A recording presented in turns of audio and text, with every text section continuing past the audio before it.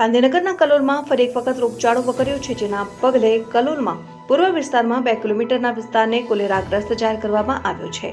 રોગચાળો વકરવાના પગલે medical officers, para medical staff સહિતના ટીમો સર્વેમાં જોતરાઈ ગયા છે. કલોલમાં પૂર્વ વિસ્તારમાં પરિસ્થિતિ ખૂબ જ ખરાબ જોવા મળી રહી છે. આ વિસ્તારમાં આવેલી સોસાયટીઓમાં 26 ફેબ્રુઆરીના રોજ એક જ દિવસમાં ઝાડા ઉલટીના 36 કેસ નોંધાયા હતા. કલોલ પૂર્વની 15 સોસાયટીઓમાં એક જ દિવસમાં ઝાડા ઉલટીના 36 કેસ નોંધાયા.